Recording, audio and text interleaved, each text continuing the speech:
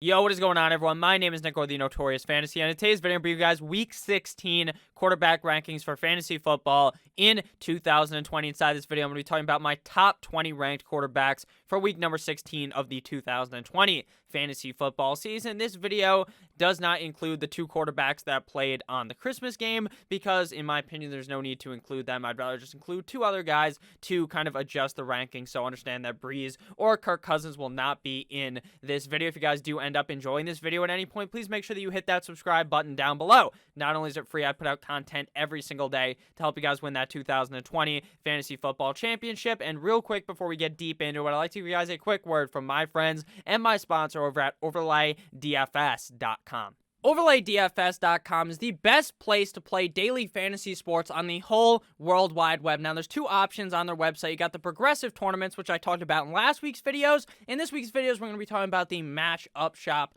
on OverlayDFS.com. What is that? It is so simple. You pick between two players, plus or minus the spread. Who's going to score more fantasy points on Sunday Night Football? Was it Jarvis Landry minus 3.5 or Rashad Higgins plus 3.5? The answer was Jarvis Landry minus 3.5. Who scores more fantasy points? Baker Mayfield minus 2.5 or Nick Chubb plus 2.5? The answer was Baker Mayfield. It is so simple. Anyone can do it. You guys do so much research to win your matchups every single week. Why not get some nice cashola on the upside here? Win these games on OverlayDFS.com. It is so simple. I don't think the upside made sense there, but what does make sense is winning money. It's easy. OverlayDFS.com, link down below in the description. And we are back. Let's get into it. I hope that you guys do or did end up having a great Christmas. If you celebrate Christmas, I hope you had a great day. Regardless, this video is going up pretty late because I didn't want to jam 4 videos into tomorrow morning. So whether you're watching this today at night or tomorrow morning, I hope that you guys had a great day on Christmas. And if you don't celebrate it again, I just hope you had a great day. I do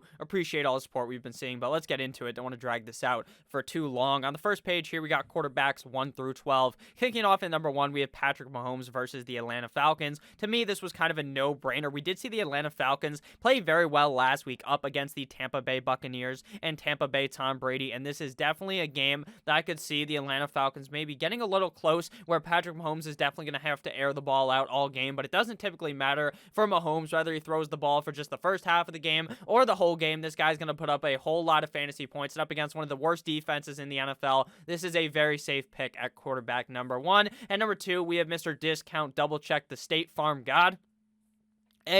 Aaron Rodgers versus the Tennessee Titans. Today, this seems like a very solid matchup for Aaron Rodgers. I think that this guy and this game just are perfect for one another. The Tennessee Titans are a legit team in the AFC that are going to be potentially a Super Bowl matchup, the Green Bay Packers versus the Tennessee Titans. And I think the Titans will fight very strong in this game. Their defense isn't all that amazing, and neither is the Packers. The Packers personally have better defense, in my opinion, but I think that Aaron Rodgers will still be able to go tit for tat with these guys and put up a big score at quarterback 2. At number 3, we have Mr. 5'6", Kyler Murray versus the San Francisco 49ers. Now, we did see Kyler Murray the past couple of weeks struggle until last week up against the Philadelphia Eagles, where he really let it unleash and put up that big point total that we knew Kyler Murray could have been doing all fucking season. Early on in the season, this guy is putting up 25, 35-point games pretty much every single week, just being a complete and utter amazement, an MVP for the NFL and for fantasy football where you drafted him. And then he hurt his shoulder and kind of simmered down a little as of recently, but last week he got hot up against the Philadelphia Eagles. His arm must not be bothering him anymore, and up against the San Francisco 49ers, I expect another great game out of Kyler. At number 4, we have Lamar Jackson versus the New York Football Giants. Now, I had a tough time trying to rank Lamar and Jalen Hurts because I like both of these guys a whole lot this week, but I came down with Lamar Jackson being the number 4 guy. They're in a must-win game here up against the New York Football Giants. If they lose at this point and the Dolphins win, they're pretty much stuck watching the playoffs from a television like you're a Cowboys fan. So I think that Lamar Jackson should be able to put up a solid game here up against the New York Football Giants. I do think there's definitely debate, though, between Lamar and Jalen Hurts this week based upon Lamar's kind of inconsistencies and how Jalen Hurts has looked the last 2 weeks as the starter of the Philadelphia Eagles. And number 5, again, Jalen Hurts at the Dallas Cowboys. This is a very juicy matchup up against a very bad defense. I do expect Jalen Hurts to play quite well in this matchup, but normally the Eagles and the Cowboys play pretty close to each other, but this year is definitely an off year without Dak Prescott, so I expect Jalen Hurts to really run all over that Dallas defense. At number 6, we have Deshaun Watson versus the Cincinnati Bengals. The top 7, 8 this week are just completely loaded at the quarterback position with very good matchups. Deshaun up against the Cincinnati Bengals is a no-brainer. But Nick, Big Ben played very bad up against the Bengals last week. I know, but the thing is that's an AFC North rivalry matchup where they always play close, and Mike Tomlin is one of those coaches that plays down to his opponents. He just simply does. In a game where you think he's going to beat the ever-living shit out of the other team, they just play close. It happened earlier in the season up against Dallas Cowboys when they had Gilbert Godfrey starting at fucking quarterback, and they almost lost that game. That's just what they do. Deshaun Watson and the Houston Texans are going to be going for blood up against the Cincinnati Bengals. I expect a very big game out of Watson. At number 7, we have Josh Allen at the New England Patriots. Now, I know the New England Patriots defense is not completely awful, but we have seen teams put up big numbers up against the Patriots, and the Patriots offense looks very sluggish, so I expect Josh Allen to go into New England and lay the murder game down, just how another former Buffalo player did to someone. If you catch my drift, shout out to OJ, the juice is loose. At number 8, we have Justin Herbert versus the Denver Broncos. This is a very good matchup as well. Herbert going up against a defense that is completely beat up and unhealthy. I think that Justin Herbert is in for a very big matchup here up against the Denver Broncos. Again, all these guys inside of the top 8, I really like a whole bunch. And I would not argue with you if you argued that any of these guys could be the number 1 quarterback on the week. So let me know if you guys have these guys ranked a little bit different. I do like Josh Allen slightly more than Justin Herbert because I just feel as though Josh Allen has the potential to slap like 60 points on these guys, whereas I feel like the Chargers just have a dumbass head coach and they might end up losing this game by 7 million because Anthony Lynn has no idea how to coach. At number 9, we have Tampa Bay, Tom Brady at the Detroit Lions. Tom Brady looked like this man had no idea what the fuck was happening in the first half of the game up against the Atlanta Falcons, but just like that other time they played up against the Atlanta Falcons, Tom Brady came up victorious and looked very good in that matchup up against the Detroit Lions. I think it's going to be hunting season for them Lions out of Tom Brady. Now, with Leonard Fournette potentially vulturing a couple of touchdowns, that definitely moves Tom Brady down for me a decent amount this week, but I still think he's going to be fine up against the Detroit Lions. At number 10, we have Russell Wilson versus the LA Rams. Now, I do have Russell Wilson ranked outside of like the top 5 where he normally finds himself to be, but that's because he's going up against the Rams defense. I think the Rams went ahead and had what is called a look-ahead game last week. They went against the Jets. They're just not as fired up. They're not ready to go. They're not ready to lay the murder game down on the Jets. Why? Because they thought it would be easy. They thought this was going to be a cakewalk matchup, when in reality, Adam Gase and Mono Man Sam rolled through the LA Rams like it was Snoop Dogg rolling a blunt with perfection. I think that Russell Wilson is going to look decent in this game, but I do worry about him going up against Jalen Ramsey and friends in LA. At number 11, we have Ryan Tannehill at the Green Bay Packers. Again, I talked about this earlier. I think the Tennessee Titans are going to be able to go tit for tat with this team to just go back and forth all game long.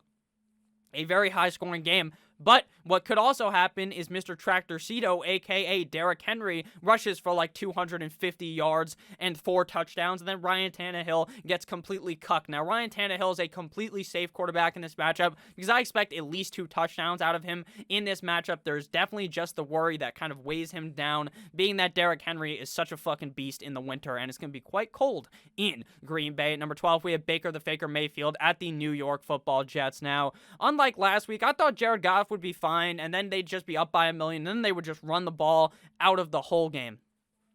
Right? Like, I thought Goff was going to score like 3 touchdowns in the first half, and then they're just going to run it, right? This offense could just run the ball the whole time on the Jets, but I do think Baker Mayfield's performances recently have garnered him being a top 12 quarterback. He has really been the Baker that we thought we were going to see last year when we're talking about Baker Mayfield as like a top 5 guy, as being one of those elite quarterbacks in fantasy football. Maybe he is that guy now. You just never know. Now, Kevin Stefanski is the kind of coach who likes to rush the ball a whole bunch. Obviously, you'd like to run the ball when you have a guy like Nick Chubb and Kareem Hunt, 2 of the best running backs in the NFL, on the same fucking team. It's a no-brainer. you're going to run the ball. But Baker has been airing it out, even with these no-name receivers outside of Jarvis Landry, has been performing it up against the Jets. I like him as a top 12 quarterback this week. Now to quarterbacks 13 through 20. So again, if you guys have ended up enjoying this video and you are new, please make sure you hit that subscribe button down below. And if you're not new, you've been watching for a decent amount of time, please make sure to hit that like button down below. For me, I would really appreciate it. At 13, we have Kissin' Titties, Mitchell Trubisky at the Jacksonville Jaguars. Now, Trubisky, he's just one of those players that you never want to start. He's just like, you don't know a good comparison for Trubisky? If you guys played fantasy football 4 years ago, 5 years ago, maybe as recent as 3 years ago, Blake Bortles was the king of fantasy football. He was so good in fantasy football, but this guy was not a great quarterback. It's the same thing with Mitchell Trubisky. But here, he's going up against the Jacksonville Jaguars. This is a very juicy matchup for Mitch. Obviously, the name of Mitchell Trubisky may scare you away, but I think Trubisky is going to be kissing some titties all game long at number 13. At number 14, we have Jared Goff at the Seattle Seahawks.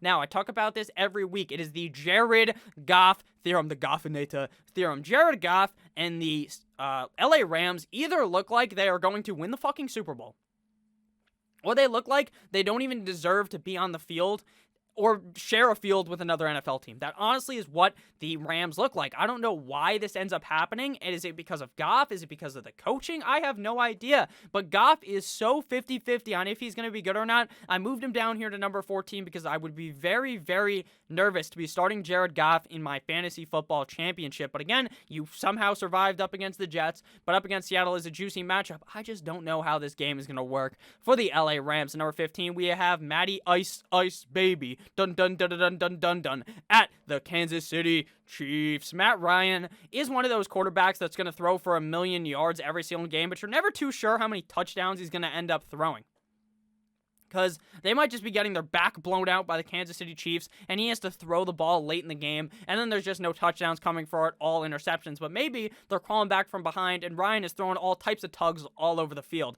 Julio probably not going to end up playing, which is very worrisome for Matt Ryan, because if you look at his splits, Matt Ryan is so much better and much more productive in the fantasy football sense with Julio Jones on the field versus without. So I do worry a lot about Matt Ryan this week at number 15. At number 16, we have my boy Tua Tagovailoa at the Las Vegas Raiders. This week, this matchup does not scare me at all for Tua Tagovailoa, but I do worry that the Dolphins just skullfuck the Raiders. Like, the Raiders defense is so bad that I think we could run a train on them using our running backs. I'm not too sure Tua puts up a great game. The ceiling is very high with Tua, but the floor is kind of low, in my opinion, due to the play calling by Chan Gailey. He kind of handcuffs Tua, not in some 50 Shades of Grey shit, but more on like the try to put him on a leash, try to keep him back from doing these things because they're winning. There's no need to make Tua air the ball out 50 times before winning the game. Obviously, it's a smart coaching move, but it's bad for Tua in fantasy. That's why I've got him at 16. His upside is very, very tall this week, like Andre the fucking Giant at like a top 10 quarterback this week, but he could also fail because he just isn't given the opportunity to air the ball out in this game up against the Raiders. Number 17, we have Matty Stafford up against the Tampa Bay Buccaneers. Now, we saw Ryan play quite well, the other Matt, up against this team last week. The Tampa Bay Buccaneers defense is very legit, though, and with Stafford being banged up, with his wide receiver core just being far from elite, I do really worry about Stafford this week. At number 18, we have Big Ben Roethlisberger versus the Indianapolis Colts. At number 19, we have Phillip Rivers at the Pittsburgh Steelers, two quarterbacks from the same game, and I worry about both these guys in this matchup. Now, I believe that the Steelers are going to have to throw in this game, but Big Ben did not look good at all up against the Cincinnati Bengals. This team is very good, the Steelers, and they've lost so many games in a row because Juju was fucking dancing. He was jujuing on the beat all over the other team's fucking logo. And now he's saying he's not going to do that. Does that bring the mojo back to the Steelers? Does Big Ben play better in this game? I don't know. I think this game might be low scoring because both these teams like to run the ball, even though the Steelers are not very effective at doing it because of James Conner. So I do worry about both these guys. They're playing up against both teams have tougher defenses. Now, we have seen the Steelers suffer a bunch of injuries this year, which is obviously tough for them. But at the end of the day, I just don't feel like this game is going to be ultra high scoring. So I'm going to sit down both of these guys if you're sitting them, and that's why they're ranked at 18 and 19, because I feel like they have very low upside. But I would prefer Big Ben due to the fact that his weapons are very strong. At number 20, we have Teddy Roosevelt, Teddy Two Gloves, Teddy Bridgewater at the Washington Football Team. Now, my biggest worry about this game is I feel like this game might just be 20 points scored. I'm being honest with you. This game is either going to be a complete and utter shootout, in my opinion, with maybe the Washington football team doesn't have to play Haskins and Alex Smith plays.